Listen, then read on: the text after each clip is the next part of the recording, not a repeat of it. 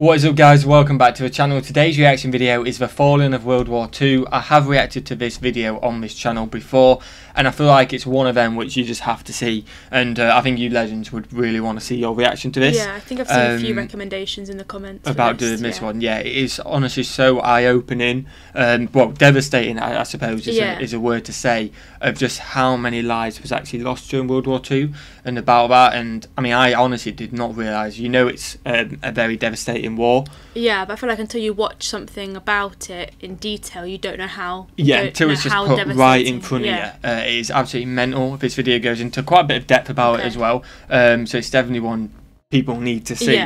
So let's get straight into it. Smash that like button if you want to see more content like this. Hit that subscribe button as well. You're absolute legends. We'd seriously appreciate that. And let's check out the falling of World War II. The average lifespan of an American is 80 years. That's quite long, isn't it? 80 years. It is when you think about it, but also, like, I think that my nan is nearly 80 and I feel like she's still got ages to go. Yeah, but just as an average, 80 years is a long, that seems like lot quite a high years. average, definitely. Yeah, it does actually for a high average. Yeah. And an 80-year-old today was 10 when World War II ended, 4 when it began. A soldier who saw battle would have to be in his late 80s at least today.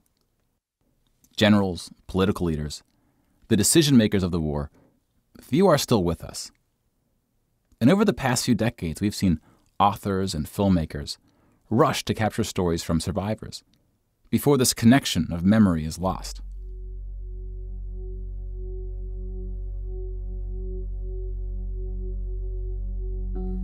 This project is not about individual war stories, and it's not about survivors. We're going to tally up the tens of millions of people whose lives were cut short by the war, and see how these numbers stack up to other wars in history, including trends in recent conflicts.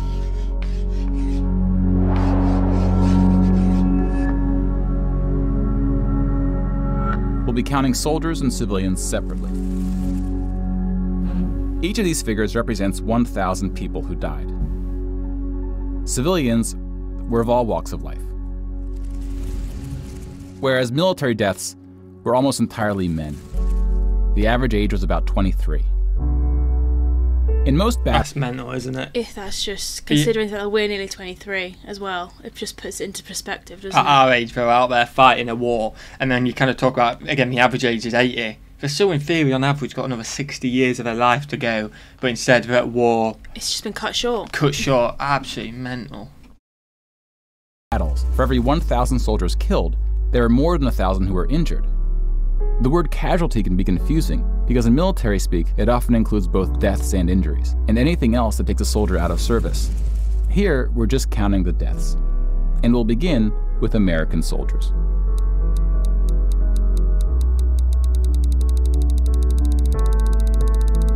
So each one's 1,000. Over 400,000 died. Most of the deaths occurred in the European theater, fighting the Nazis. And about a quarter were in the Pacific, fighting the Japanese. When you put them on the timeline, you see that casualties were the heaviest at the end of the war. The war began on September 1st, 1939. But the US wasn't willing to join the fight until Pearl Harbor, 2 years in. The deaths increased drastically on D-Day, when the Allies invaded Normandy. One of the most tragic moments of the war was on D-Day at Omaha Beach, where 2,500 Americans fell. In a day. So about the same number of US soldiers died on this single beach landing as the entire 13 years of the recent war in Afghanistan. Have you seen Saving Private Ryan? No, I haven't. No, but everyone recommends that. Yeah, I have seen it, and it's like the opening scene is pretty much replicating that. Right, okay. And it's absolutely horrible to watch, but it does show you what they were going through at the time, and I feel like I definitely need to show that. I definitely feel that's a movie I need to watch. It's a very long movie. I think it's like 3 hours long, but I've watched it about 3 times. Yeah, and I don't watch movies. Yeah, no. So yeah, we definitely need to check that out. The bloodiest battle in the Pacific was Okinawa, which lasted 82 days, during which 12,500 Americans died. About 5,000 of these deaths were at sea from kamikaze attacks. Now let's look at some other countries, starting with Europe.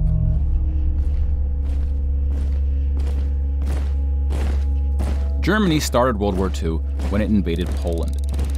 Poland ultimately lost 200,000 soldiers in the war. Most died after the invasion while the country was occupied by Germany and the Soviet Union. Germany, meanwhile, lost just 16,000 in the invasion of Poland. The Nazis went on to invade and conquer other countries, including Denmark, Belgium, the Netherlands, France, Greece, and Yugoslavia. France surrendered, but after losing 92,000 soldiers in the Battle of France. Over 200,000 ultimately fell, which includes deaths in POW camps, French colonies, and other fighting. Yugoslavia suffered almost 500,000 military deaths. The initial invasion brought relatively few casualties on both sides, but the deaths mounted under Nazi occupation due to guerrilla fighting, civil conflict, and mass executions. The Nazi invasions were swift, with relatively few German losses. Even the Nazi commanders expressed surprise at their success. And then we have the United Kingdom and the United States, who were not invaded but took the fight to the Nazis. Britain lost about the same number of soldiers as the US, which includes the British colonies. Germany. Another thing to put into, I can't remember if this video says it, is you think about the populations at the time as well. Yeah. Like, the populations were a lot smaller than what they are now. It's a lot of people. Like, the percentage of the population is a lot more than what it would have been now. But again, I know I have seen this video and I've reacted to it, but just seeing it in front of you again, it's just so eye-opening again, and it just proper hits you, you know? Yeah, it's just, you just can't think, can you? You just can't imagine. Exactly. Like over that period of time, all this was going on. You think of the families who've lost these people, they've lost their lives, the average age of 23. Yeah, and I feel like back then as well, the identification of the soldiers wasn't easy, was it? Once they, like we said about the unknown soldier, yeah, definitely. So there's families that didn't know who was coming home, when they were coming home, if they were coming home. They just heard about all these numbers of troops being lost. Absolutely awful. Germany lost about 500,000 soldiers fighting the US and Britain in what is known as the Western Front, which took place in France and Belgium.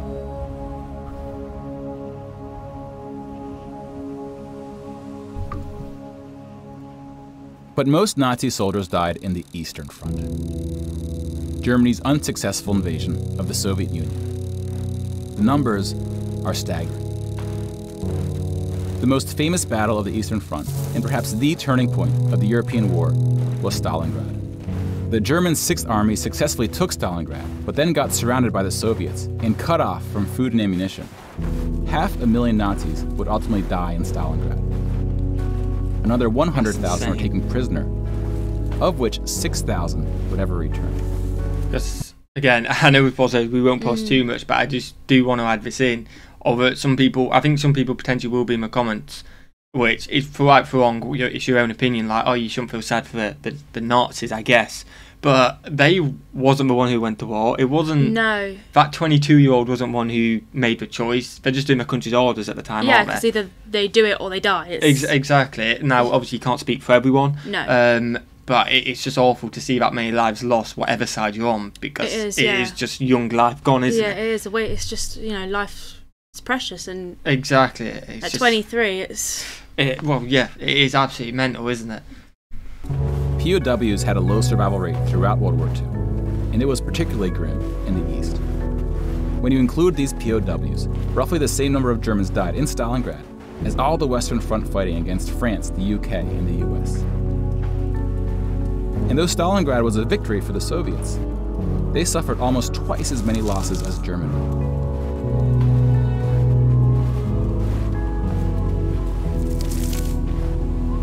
The Soviet Union would eventually defeat the once unstoppable German army, killing 2.3 million Nazi soldiers. 2.3 million. But winning the war came at a cost.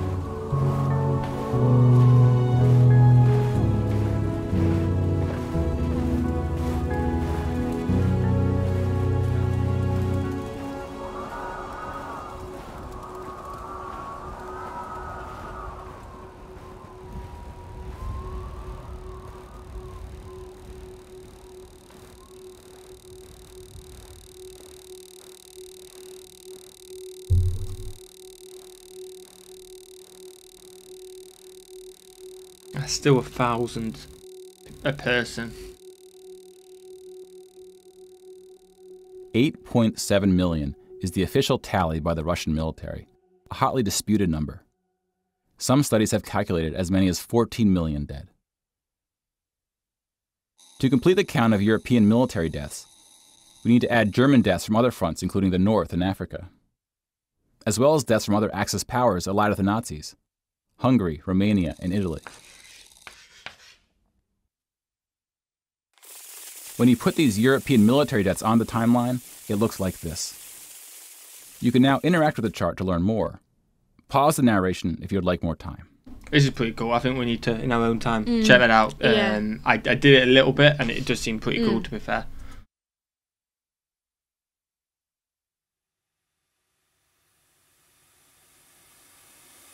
And now we switch to civilian deaths in Europe.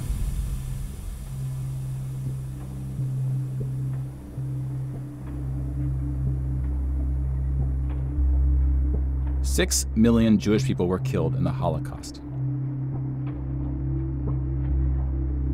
If you separate this by country, you see that about half, 2.7 million, were Polish.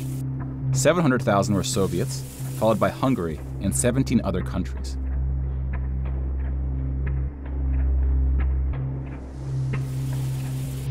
Broken down another way, about half of the 6 million were killed in the concentration camps. Over 1 million died in Auschwitz. Most were killed in the gas chambers. Others died from starvation, exhaustion, disease, and other forms of execution. The second most deadly camp was Treblinka, which was exclusively an extermination camp, set up to look like a train station. Mobile killing groups killed 1.4 million Jews.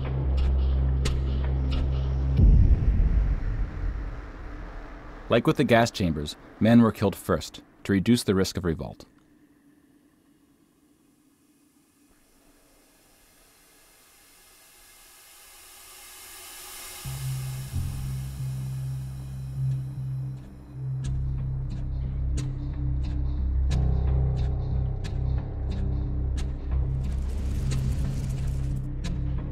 The Holocaust also includes non-Jewish deaths. Between 130,000 to 500,000 Roma, then called Gypsies, were killed. The numbers are disputed. About 250,000 people with disabilities were killed. Homosexuals, Catholics, and other groups were also exterminated, but their numbers were relatively small. Some historians say that other civilian deaths should go under the label of Holocaust. About 2 million non-Jewish Poles were killed under German occupation, some of which were sent to the gas chambers at Auschwitz. When you combine civilian and military deaths, over 16% of the total Polish population died in World War II, which is the highest percentage of any country. But not the highest. Man, again, like I said, I've already seen this, but it's still just mind-blowing. Watch again, just like, so devastating, isn't it? It's just, I feel like I never knew this before. Like, how much? Yeah. How many people? It's a weird one, isn't it? Because you know it was a world war. You know a lot of people died. But I feel like until you see it like this, in this form, you don't think about it. Yeah, you just kind of take it for granted, don't you? Like, oh yeah, it was a world war. Unfortunately, people lost their lives. But you don't think about from so many different countries as well. So many different countries, so many different people. You're in the millions. It's heartbreaking to see, isn't it? It really is. Highest in total death count. The Soviet Union again tops that list, losing at least as many civilians as it did soldiers, somewhere between 10 and 20 million. A particularly dark moment for the Soviet Union was the Siege of Leningrad, now St. Petersburg. German forces surrounded Leningrad before civilians could be evacuated. Supplies, including food, were cut off for 2.5 years. 2.5 years? 1.5 million people died as a result, mostly from starvation, mostly civilians. Stalin's cruelty towards his own people is partly responsible for these numbers. He often didn't allow civilians to evacuate from cities, thinking it would cause the soldiers protecting them to fight harder. About 1 million Soviets died in Stalin's own labor camps, called the Gulag. Just about every country suffered civilian losses, especially countries who were invaded. While many died as a result of so-called collateral damage, the biggest numbers occurred when it was no accident. Civilians were exterminated, purposely fired upon or bombed, used as human shields, or intentionally deprived of food. the intentional killing of civilians was done by most warring parties, including the United Kingdom and the United States. The United It also shows not everyone's innocent. You know what I mean? We unfortunately did that as well. Yeah. Not everyone is innocent. Kingdom was spared of a land invasion, but still lost 60,000 civilians, largely from German air raids or blitzes, often directed at civilian population centers. The UK did the same to German cities at a much greater magnitude, causing about 10 times the number of deaths. But most German civilian deaths came from the ground at the late stage of the war. When the Nazi regime collapsed, civilians living in occupied regions had to desperately flee from the advancing Soviet army. Rapes were widespread, and death estimates ranged from 600,000 to 3 million.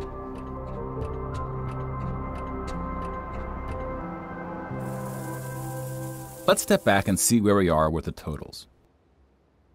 We just counted about 20 million civilian deaths in Europe. If you add this to the European military deaths we already covered, it brings us to over 40 million. Then we have the Asian theater. Here we see the vast majority of military deaths in Asia came from China and Japan. On the civilian side, about 6 million deaths from China, Indonesia, Korea, Indochina, and the Philippines can be attributed to Japanese war crimes, which are sometimes compared to the Nazi atrocities due to the sheer scale of the cruelty. Yeah, I don't really know much about the war crimes, but I've seen a few comments. Apparently they were absolutely awful. Like really, really bad. So again, let us know a bit more about them in the comments. Yeah, I'm not too familiar with it. Yeah, I mean, I'd never heard about it until I'd seen this video, and people in the comments were saying they were absolutely awful. And I think there has been a few suggestions about checking them out, like a few videos. But I think we'd only do that if they weren't obviously graphic or anything like that. And yeah, apparently they're just. Like again, nobody was innocent in this. Everyone did absolutely horrible things. I don't actually know what the war crimes were, but everybody contributed, didn't they? Yeah, in a bad way as well, definitely. China had the second highest death count after the Soviet Union, and like the Soviets, the Chinese government demonstrated a stunning willingness to sacrifice its own people. Chinese nationalists opened the dike at the Yellow River, hoping the flood would halt the Japanese advance. 500,000 Chinese civilians or more were killed, which is 2 or 3 times the number who died in all countries in the 2004 Asian tsunamis. But the invasion of China only cost Japan 200,000 soldiers. Most were killed fighting the US and allies in the Pacific War. A significant portion of Japanese civilian deaths were caused by American firebombing and the 2 nuclear attacks. Contrary to official US statements, these airstrikes were directed at civilian populations, not military targets.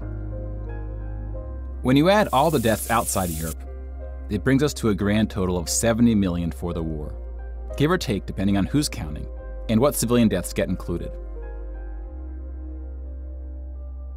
More people died in World War II than in any other war in history.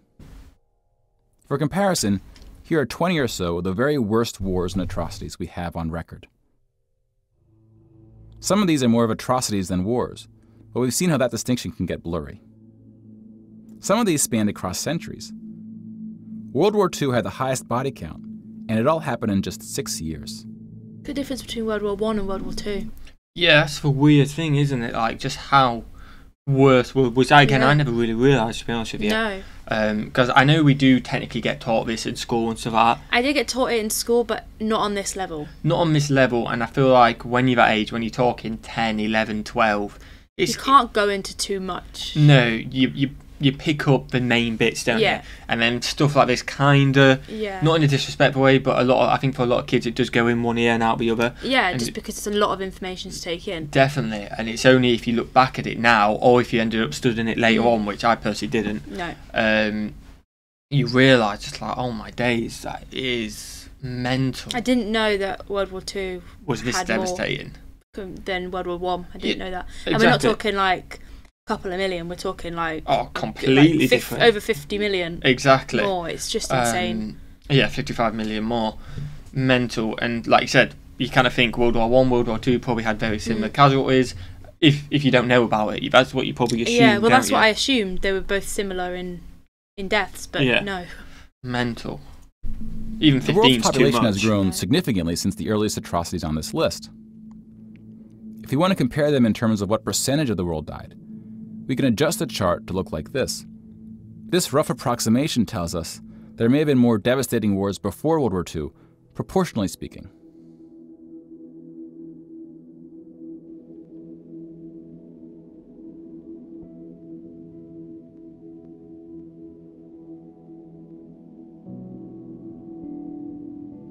When we turn to post-war conflicts, it's hard to say anything that isn't controversial. But the data shows something quite extraordinary has been happening. In 1989, John Gaddis coined the phrase the long peace to identify the absence of conflict between the nuclear powers during the Cold War. 25 years later, the Cold War is over, and the term is still being used, although its meaning may have shifted. European countries have not fought each other, except for this 10-day war in 1956 when the Soviet Union invaded Hungary. When we look at European wars before World War II, it looks like this. They tend to be more frequent as you go back, though smaller in scale. And the largest 44 economies of the world have not battled each other since World War II. That's amazing, isn't it? Rich countries have fought poorer countries, like the US versus Iraq.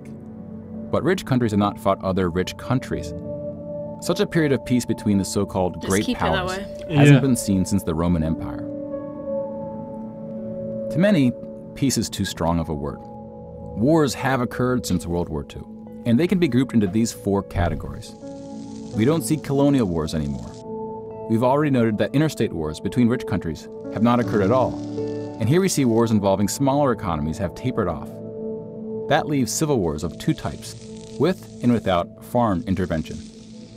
And this is what these battle deaths look like alongside of World War II. More people died fighting in World War II than in all the wars since. And again, we can't forget about world population, which has almost tripled since World War II. If we scale these numbers to show deaths in proportion to world population, showing the likelihood that a person on Earth dies in battle, the downward trend becomes even more pronounced. Now, this isn't to infer anything about why this trend is occurring. That's a discussion for another day. You can now interact with this chart to explore what conflicts are behind the totals. Now, bear in mind, we're just looking at battle deaths here, not civilian deaths, but those too are in decline. I mean, again, I'll show you that after. But amazing that it's slowed down, and hopefully it continues on the way out to slow down and kind of just phase out. Yeah, I mean, I highly doubt it will, which is a sad reality, unfortunately, but hopefully it does. Hopefully it never gets to we're in that stage again. Exactly, that absolutely awful. In our lifetime, or anyone's lifetime, to be honest with you, it is absolutely awful.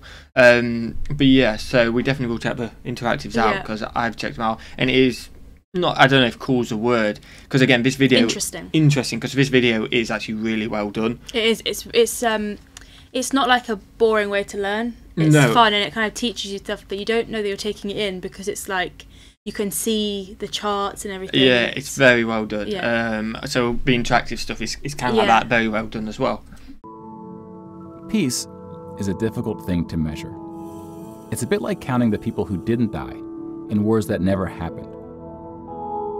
We give such importance to the word peace, but we don't tend to notice it when it occurs, or report on it. Sometimes it takes reminding ourselves of how terrible war once was to see the peace that has been growing around us. Of course, this trend may not continue, and it's not clear how looking at these charts can help us make the right decisions to ensure that it does. But the longer the long peace grows, the more significant it becomes. So if watching the news doesn't make us feel hopeful about where things are heading, watching the numbers might. I like that.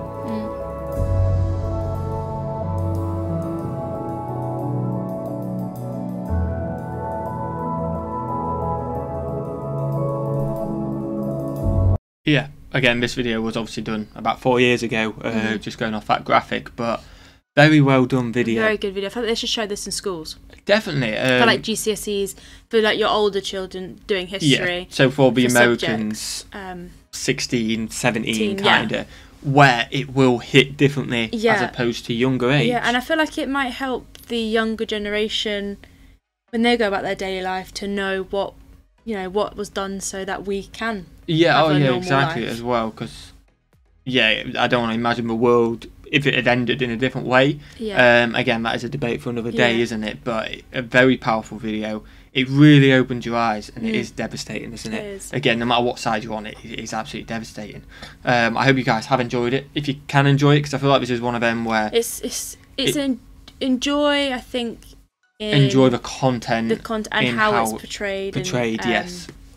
So if you have like that, smash that like button. We'd so much appreciate that. Have a fantastic day, guys. Remember, life could be a lot worse today, I guess, is the message you can take from this.